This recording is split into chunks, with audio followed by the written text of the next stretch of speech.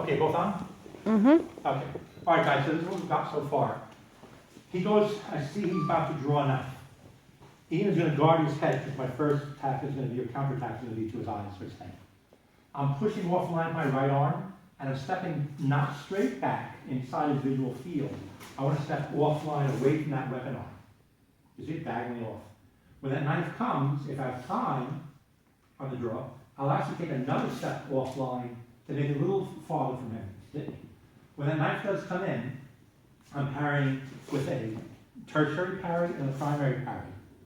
All right, and I'm getting offline. The blade and his arm continue on that motion. I'm not really stopping or trying to redirect his force. I'm getting around his force, so I'm getting here on my hits. The hits I gave you, the first one was one hard hit to the back of the head, coming, the follow through is to the far shoulder, right? The intent, you're really gonna probably stop on his head, but the idea is you're gonna carry all the way through, all right? Then from here, I had to stabilize the upper arm while you elbow the shoulder, the head, hit the radial nerve, you do multiple hits up here, hit the ears, the back of the head, the eyes.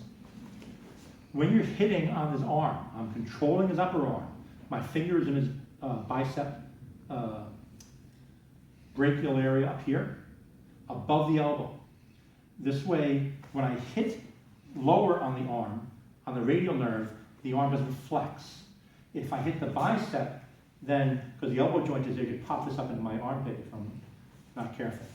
So I'm holding the upper arm and I'm hitting the lower arm. I'm using the point of the elbow to hit that radial nerve because it penetrates better, like a small ball peen hammer. All right, so I want penetration, I'm using the point. I'm trying to smash something heavy that's hard. Then I'll get about a thumb length from the elbow, the point of the elbow, and that's more of a smashing surface, like a big sledgehammer. But because I'm trying to get down and pinpoint that nerve, I'm using the point of the elbow.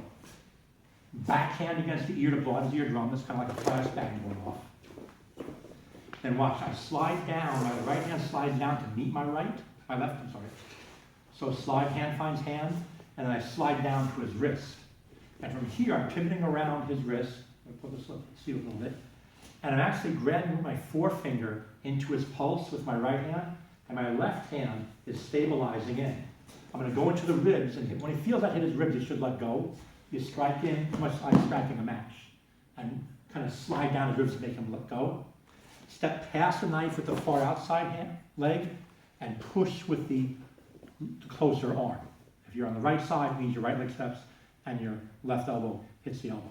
Then you're going to push him away. Okay? Then you can go and get that out of the action and run away, get to an exit. Call the police, call the police. You know, get yourself out of there. Another thing you want to remember is if you're in an altercation like that, even though you think you did everything right, get into a store someplace brightly lit. Sir, someone just tried to attack me with a knife. Can you check my back to see if any knife wounds? You see any blood? You know, check yourself for wounds, you know, as soon as you can. Okay, thank you.